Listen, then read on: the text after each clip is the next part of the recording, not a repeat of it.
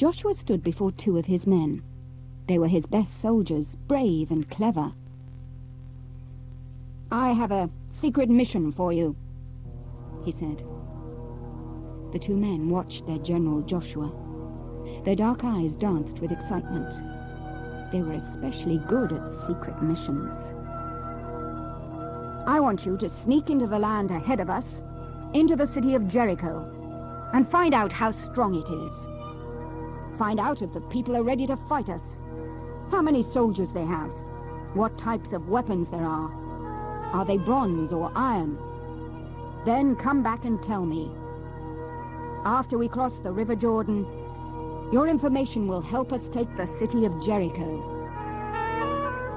The men nodded and looked at each other. It was just the type of mission they liked best. That afternoon, the 2 men slipped silently into the city. It was surrounded by great thick walls. At night, the gates were closed tight, and guards patrolled the tops of the walls, making sure no one entered or left. When they were in the city, they started to look for somewhere to stay the night. They hurried down the alleyways, because it seemed that they had aroused the suspicion of the people in the city, and found a place to stay with Rahab, who was a prostitute. Word reached the king of Jericho that some Israelites had come that night to spy out the country, so he sent word to Rahab. "The men in your house have come to spy out the whole country. Bring them out." "Some men did come to my house," she answered, "but I don't know where they were from. They left at sunset, before the city gate was closed. I didn't find out where they were going, but if you chase after them quickly, you can catch them." The king's men left the city in hot pursuit, and the city gate was shut behind them.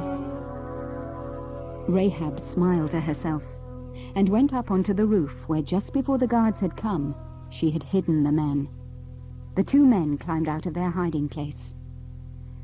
"I know all about you Israelites," she said to them. "God is on your side. He blesses whatever you do. You have won all the wars around here, and all the men in Jericho are scared to fight you. If I help you escape, will you remember me and my family, and not harm us when you conquer Jericho?" "You save our lives, and we will save yours," the men replied. "Yes, we will save you and your family if you help us get out of here." The woman nodded. Then she motioned for them to follow her, and suddenly she disappeared up another set of stairs they hadn't seen when they first entered the house. The men climbed the narrow steps until they found themselves in a tiny room with a low roof. They could barely stand upright without bumping their heads. A small window was the only light. "See? This is how you will escape," Rahab said. She motioned to the window. One of the spies went to look out of it. He saw that the side of the house was actually part of the wall surrounding Jericho. Rahab gave him some rope. "If you climb out of here, you will be on the outside of the city. Go into the hills, and the guards will not find you. Stay hidden for 3 days." The man took the rope from her. "Rahab, the only way we can pay you back for helping us to escape is if you tie some red cord to this window. Then, when we conquer Jericho, everyone who stays inside your house will be safe." The other spy came forward. "But if you betray us," he said in a low voice, "and we are caught, you can expect no mercy from the Israelites." She nodded.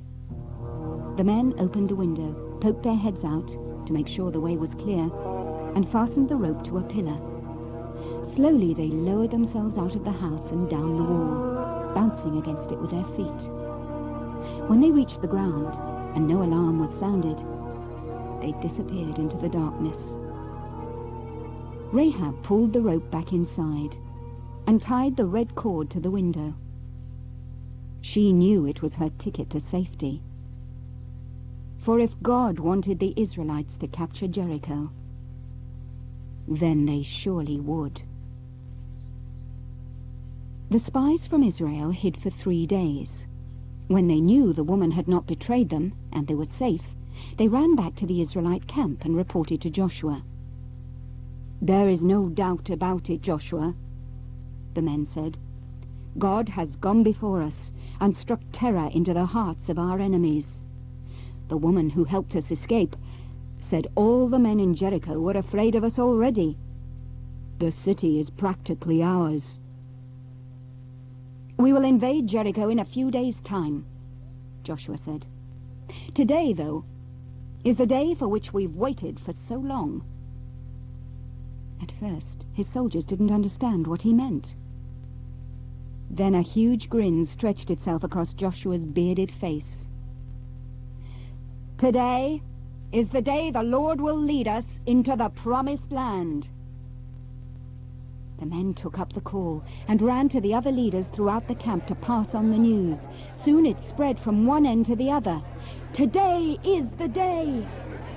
The people were so excited. They had hoped for this day and counted down the days, but they had been almost afraid it would never come. "Today is the day!" they told each other, laughing and shouting for joy.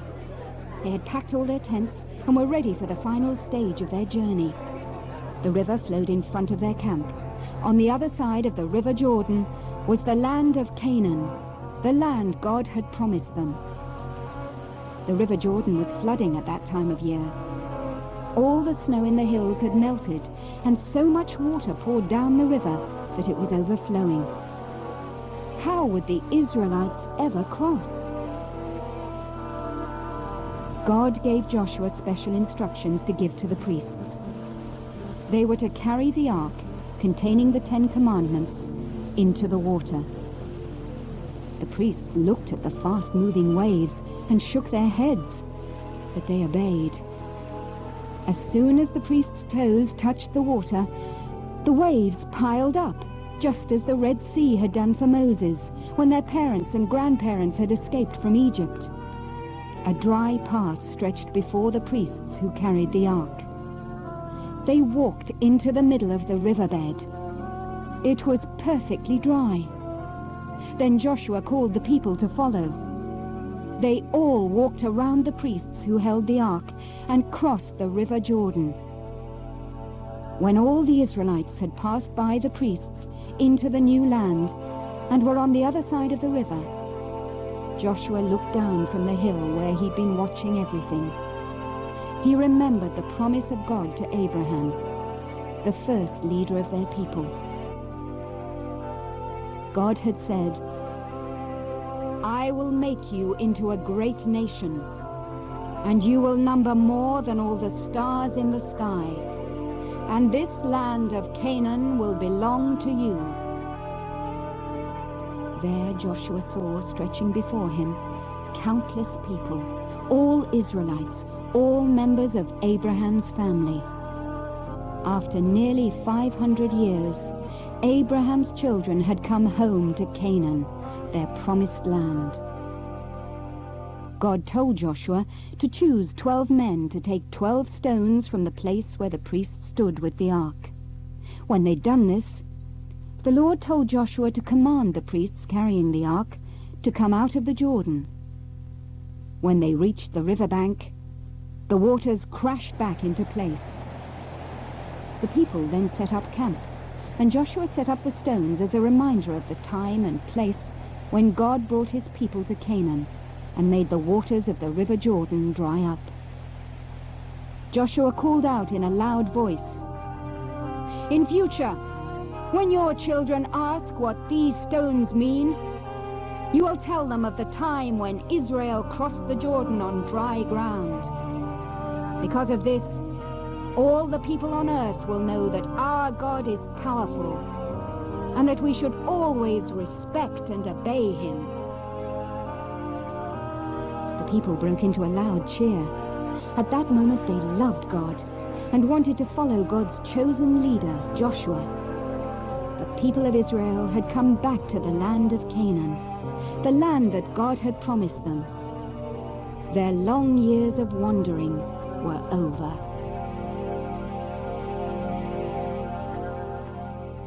It was the Israelites' first night in the new land, the land that God had promised them.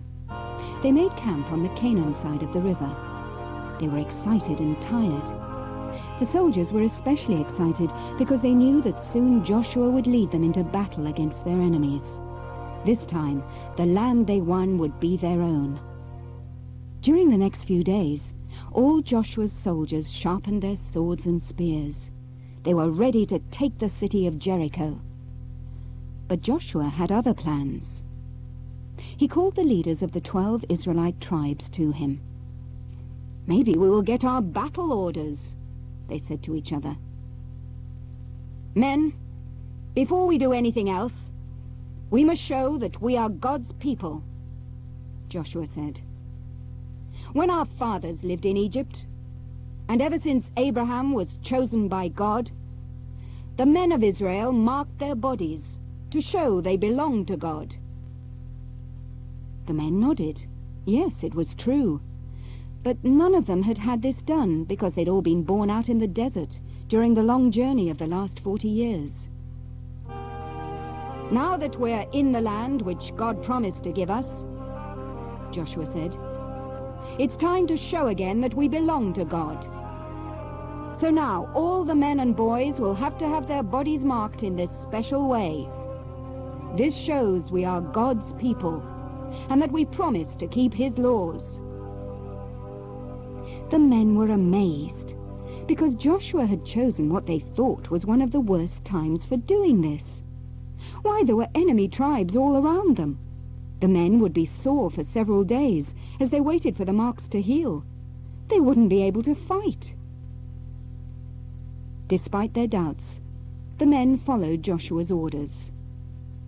During the next few days, every man and boy in the Israelite camp was marked. In doing this, the people showed they wanted to start again with God. The long trip in the desert was over. Now they wanted to keep their promises. God had made an agreement long ago. It said that all of Abraham's family would show they belonged to God.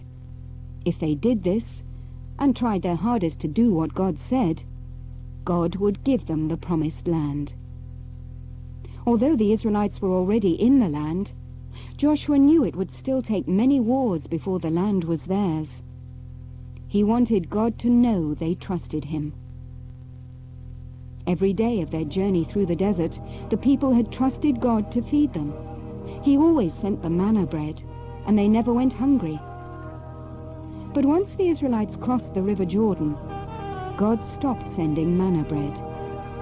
They didn't need it anymore, because they could live off the fruit and grain which grew in the land. The people were not forced to trust God in the same way as they had been in the desert. But they still did have to trust God to protect them, because they were weak. And God did protect them. None of the nearby tribes attacked them. All their enemies had heard how the river Jordan had dried up for the Israelites. They were very scared. They knew that God was on the side of Joshua and his soldiers. None of the enemy tribes dared attack Israel. Joshua waited until all the Israelite men were feeling better. He waited until they were strong again. He waited until God told him the time to attack. Then Joshua ordered his soldiers to attack the city of Jericho. God gave Joshua a very strange plan. It was not at all the normal way to fight a battle. He told his captains, "We will have a parade." None of Joshua's soldiers had ever fought like that before. A parade was not a battle. But they listened to the plan from God which Joshua gave them. "Yes," they said, "we'll try that. We'll do what God says." The next day, all the soldiers lined up. It did indeed look like a parade. First went the advance guard, and behind them went the priests who were blowing trumpets. Behind them went the priests with the ark, the box containing the 10 Commandments. And at the back came the rear guard. When the people in the city of Jericho saw the Israelites coming, they shook with fear. "Oh," they cried, "it will be a terrible battle. We shall all die because God is on their side." But the Israelites surprised them. They didn't attack. Instead, they lined up and walked around the city. They marched the whole way round the walls which surrounded the city. As they marched, the soldiers were very quiet. Joshua had told them not to make a sound. There were no battle cries, no yells or shouts, just hundreds and hundreds of quiet soldiers. The only sound was that of 7 priests blowing their trumpets. When the people of Jericho heard the trumpets, they said, "Why are they doing this?" And they felt even more afraid. After the Israelites had marched around Jericho, they went back to their camp and rested. The next day, they did the same thing. First went the advance guard, and behind them went the priests who were blowing trumpets. Following them went the priests with the ark containing the 10 Commandments, and at the back came the rear guard. They went round the city once, then went home. For 6 days, they paraded around Jericho. All the time they made no sound except for the trumpets. Then, on the 7th day, Joshua ordered his army to march around Jericho 7 times instead of once. On the 7th time, when the trumpets blew, at Joshua's order the soldiers let out a great cry and shouted as loudly as they could. No sooner had the soldiers shouted than the very walls of Jericho started to shake and crumble and fall down. All that stone tumbled down into great heaps. God had worked another miracle. The Israelite soldiers did not even have to fight their way in or climb the tall walls. God had brought the walls down for them. The Israelites poured into the city and destroyed all the people and their houses. God had told them not to take any of the gold or silver for themselves. That would be for God's own treasure chests, which the priests took care of. All the people of Jericho died that day, except for one woman and her family. That woman was Rahab, who had hidden 2 of Joshua's soldiers when they'd gone to spy out the city of Jericho. She had helped them escape from the king's men to take news back to Joshua before his attack.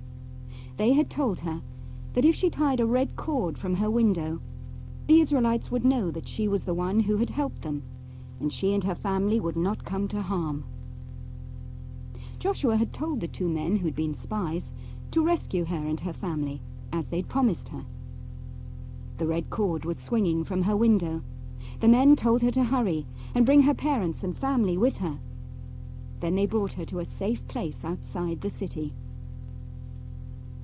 When the battle was over, Rahab said she wanted to join the Israelites. They welcomed her. She believed in the one true God and had been very brave. She became one of them.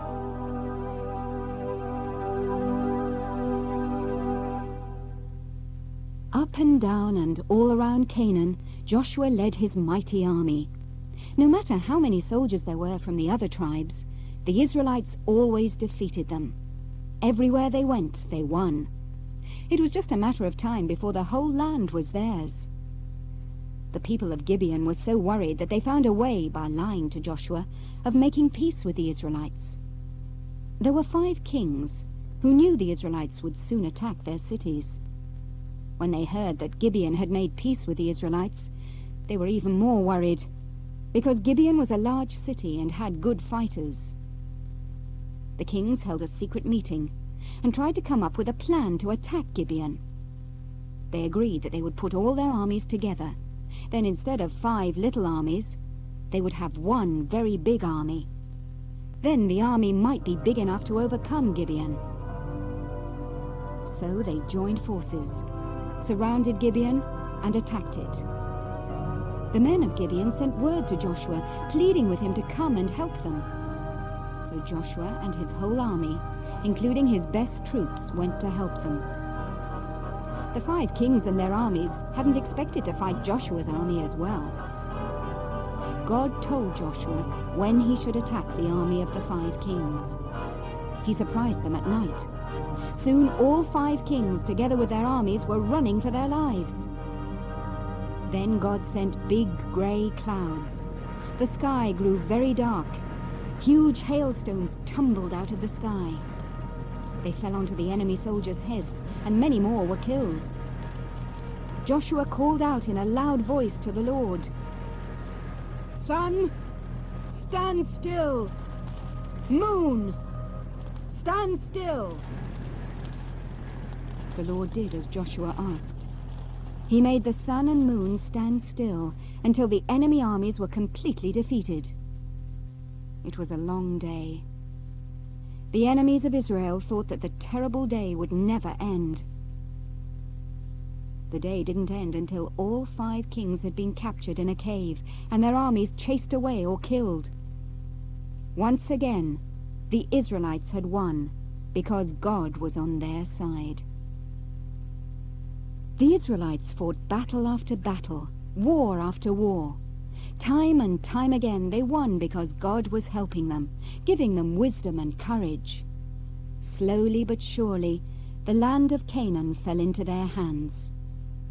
More kings banded together, hoping to make an army so big and powerful that the Israelites would have to lose. But the Lord helped his chosen people, and once again they defeated their enemies. Finally, there came a time when most of the land which God had promised the Israelites belonged to them. "It is time to rest," the great general Joshua said to his people. After so many years of wandering in the desert and so many years of fighting wars, the Israelites were ready for peace. They wanted to plant their fields and grow crops. They wanted to take care of their animals and have time to play with their children. It was time to settle down in the land of Canaan. Joshua called a huge conference of all the people. The 12 leaders of the 12 tribes of Israel lined up in front of him. He drew a map of Canaan and divided it into 12 parts, including the parts on the east side of the River Jordan. Then he gave to each tribe their part of the land. That would be where they could plant their crops, build homes, and put their sheep to pasture. Now all the people had homes. Before they set off, Joshua again made them promise to follow the laws of God.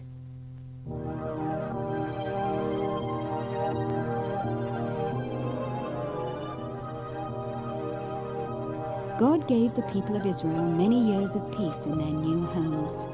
They settled in villages, lived in cities they'd taken from their enemies, ate the harvest from their crops, and lived happily. Several years passed. Joshua was the great general who had followed Moses and led the Israelites across the River Jordan. But this soldier of the Lord, who had beaten army after army of enemy tribes, had grown into an old man. He was 110 years old, and he knew that he would soon die. He called all the leaders of the people together. He read to them from God's law, and he asked the people if they would obey God. "Yes, we will serve the Lord," they answered. "But you may not be able to serve him," Joshua answered. "You are always forgetting what you promise. You will probably go off and worship some worthless god." "No, no," they cried. "Why should we do that, when it was God who brought us out of Egypt and gave us this land? No, we will worship and serve God." Then Joshua made all the people promise never to worship any of the gods which the other tribes around them worshipped. Joshua warned them, "The same God who has kept all his promises and given you all this land, can destroy you if you make him angry by worshipping other gods.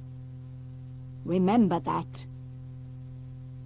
So Joshua made an agreement between God and the people that day. He gave them laws and rules to follow, wrote them down, and set up a stone under an oak tree as a reminder. Then the bravest soldier of them all, Joshua, God's general for the Israelites, died. His people buried him and was sad for a long time. Joshua had not chosen any one man to be the leader over the people after him. Instead, they were each supposed to follow the Lord as their leader. The next years would be a time of testing for the Israelites. Many years passed. Because the Israelites escaped from Egypt and their victories under Joshua had happened so long ago, the people forgot the Lord. The tale of God bringing the Israelites out of slavery was thought of as just that, a tale. "Why should we follow all these rules?" they asked each other. "Who cares about a God none of us has ever seen? Maybe those beliefs were all right for our parents," they said. "But we want something else." At first, God continued to help them win battles against the enemy Canaanite tribes. But as the Israelites kept on choosing to forget they were God's special people, God no longer helped them. They lost wars, and when they lost, they had to sign treaties with their enemies. One day, some of the leaders of Israel had a visitor. The men looked up and saw a tall, shining angel standing at the door. They fell to the ground in fear. "Have you forgotten that God brought you out of Egypt?" the angel asked. "Have you forgotten that you are a special nation chosen by God? God told you not to sign treaties with your enemies. Because you did not obey, you lost." The people were shaking. They realized they had done wrong. What should they do? The angel said, "God will not help you defeat these enemies. You must live next to them, and year after year, they will make life hard for you. You will be tempted to live as they do, rather than as the Lord has commanded. These people will test you forever." When the angel left, leaders thought, "Yes, we have been wrong." So the people all made offerings and prayed to God, promising to do better. But it was not long before they forgot again. They married daughters of the Canaanites, something God had told them not to do. They lived bad lives, and worst of all, they worshipped other gods. Time after time, the Israelites found themselves in trouble because of this. They asked God to help them. Time after time, God sent a special leader to help them, and for a while all was well. But then they forgot God again. God was not pleased with his people.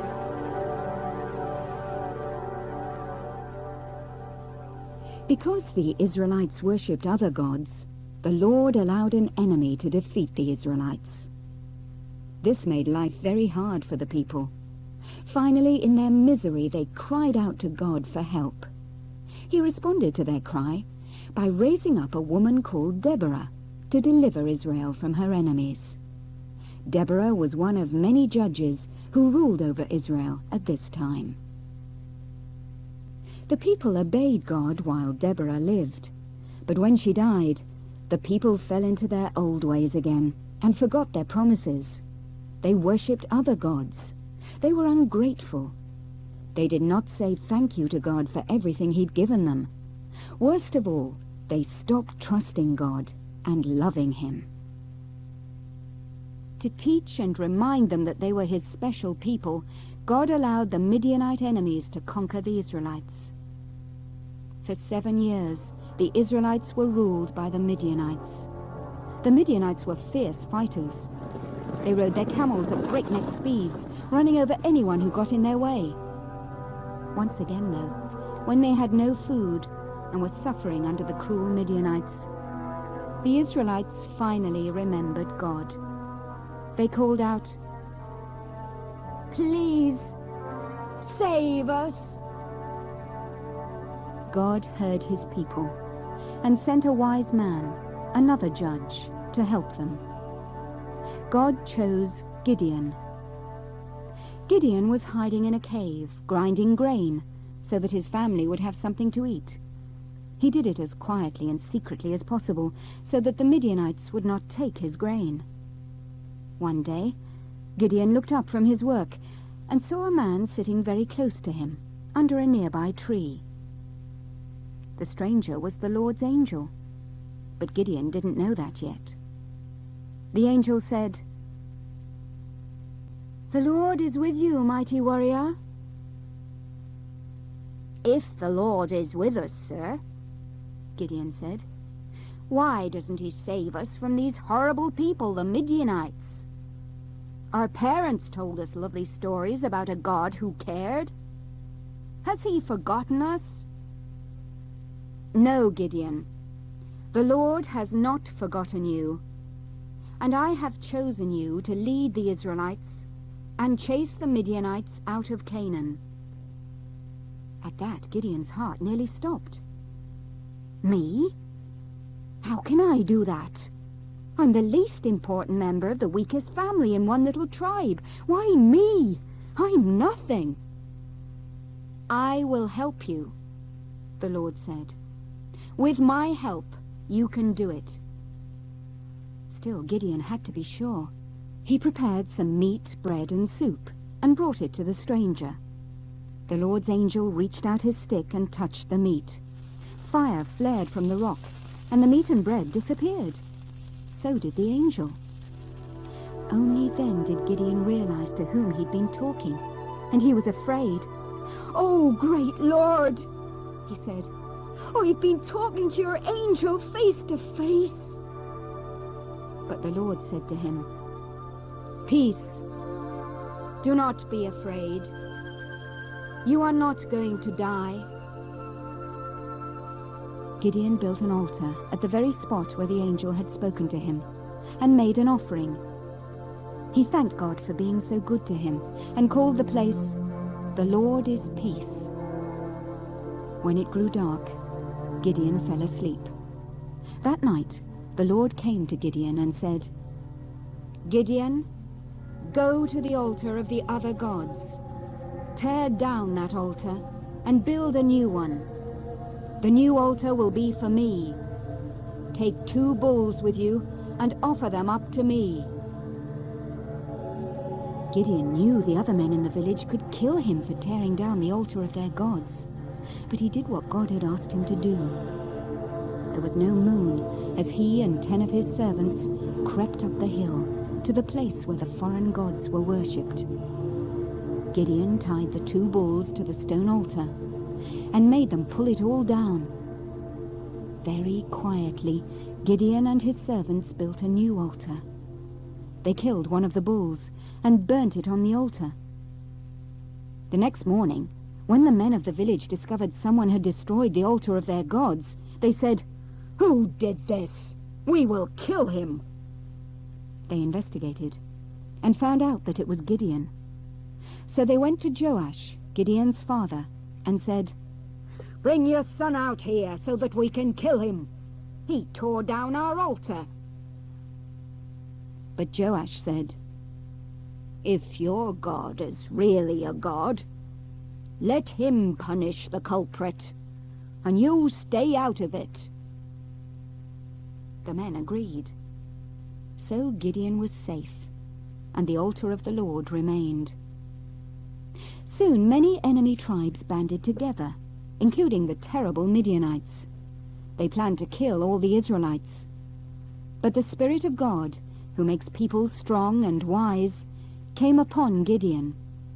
He felt brave, and he knew what he had to do.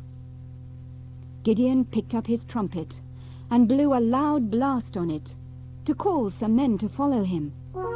He sent messengers to other men, asking them to come and join him also. Then, just to make sure God was on his side, Gideon put God to the test. "Lord, if you're really going to help Israel win, please show me. If I put this sheepskin on the ground for the night and it's wet with dew, but the ground around it is dry, then I will know we are doing what you want by going into battle." And that is what happened. The next morning, the sheepskin was wet, but the ground was dry. "Lord, forgive me, please, but may I make one more test? Tonight, please make the ground wet with dew, but keep the sheepskin dry." And that is what happened. So Gideon had no doubt at all that he was doing what God wanted. Many men followed Gideon. He spoke like a leader, and they could tell God was with him. They all wanted to fight for Gideon and beat the Midianites. So Gideon led his army to a river. On the other side was the Midianite army. But the Lord said, "Gideon, there are too many soldiers with you. If I let you fight and you win, the people might become proud and think they did it all by themselves. I want to teach them to trust me. Tell all the ones who are even a little bit afraid to go home." So Gideon did as God told him, and over half the people went home. "There are still too many," God said. "Take them down to the river. Those who kneel down to drink will go home. They could easily be attacked. Those who cup the water in their hands and drink, still standing up, will fight the battle." Gideon did what God told him. Almost all the people knelt down to drink. "You," Gideon said, pointing to the people on their knees. "All of you, go home." "But we want to fight the Midianites," they said. "No, the Lord said you must go home. Watch the battle and see how the Lord God wins for us, despite our small numbers," Gideon said. After those people left, Gideon counted how many people remained. There were only 300 men. They all looked at each other, knowing it was a very small number to fight a huge army like the one across the river. "God will fight for us," Gideon said. Because he spoke as if he knew what he was doing, and because they could tell the Spirit of God was in him, the men believed Gideon. The 300 men picked up all the food, weapons, and trumpets the others had left behind. They sharpened their spears and prepared for battle against the Midianites. That same night, the Lord came to Gideon and told him to attack the camp, and the Lord would give him the victory. If he was afraid, the Lord said he could cross the river and spy on the Midianites. In the dark night, Gideon and his servant crept towards the Midianite camp. There were thousands and thousands of them. There were many more camels than Midianites. The fields were full of camel humps and more camel humps. God had told Gideon, "What you hear when you spy on the Midianites will give you courage and help make you win." Gideon was too curious to be afraid. "What will I hear?" he wondered. Gideon crept into the camp. He hid behind a tent and heard voices inside. As he listened, one Midianite soldier said to another, "I've just had the strangest dream. A loaf of bread came tumbling into our camp and hit a tent. The tent collapsed and lay flat on the ground." "I know what that means," the other soldier said. "That is Gideon and his Israelite army. They'll beat our army tomorrow because the one true God is leading them." Even the Midianites are scared, Gideon said to his servant, because they know that God is on our side. When Gideon heard how afraid the enemy soldiers were of him, he could hardly believe his ears. If they're as frightened as this, Gideon said, then we've almost won. Gideon bowed his head and worshipped the Lord. He thanked God for already fighting half the battle in the minds of the Midianites. Then he crept back to the Israelite camp. He woke up his soldiers and told them what he'd heard. We've practically won already. All we have to do is attack and make as much noise as possible, so they think there are many more than 300 of us. Tonight, men, you'll see how great the Lord is. All 300 soldiers waved their spears in the air and cheered. Yes, Gideon said, you must cheer, just like that. Once we're near the Midianites, when I give the sign, cheer as loud as you can. Shout out, for God and Gideon. That'll scare them. Gideon divided the men into 3 groups, giving each of them a trumpet and a jar with a torch inside it. He sent them out to different parts of the Midianite camp. Very quietly, the men crept into the enemy camp. All was quiet. Not even the camels knew the Israelites were there. Then suddenly, at Gideon's signal, all the Israelites broke the jars, clanged their shields, and blew their trumpets, shouting, "For God and for Gideon!" It made a terrific noise. The Midianites thought that a mighty army had come to attack them. They woke up with a start and ran in all directions as fast as they could. They even fought each other. It was a mighty victory for Gideon. Gideon and his men lit their torches and drove off every single Midianite. Only a few got away, but even those weren't safe. Gideon and his men chased these last enemy soldiers a long way. And so God gave them victory over the Midianites.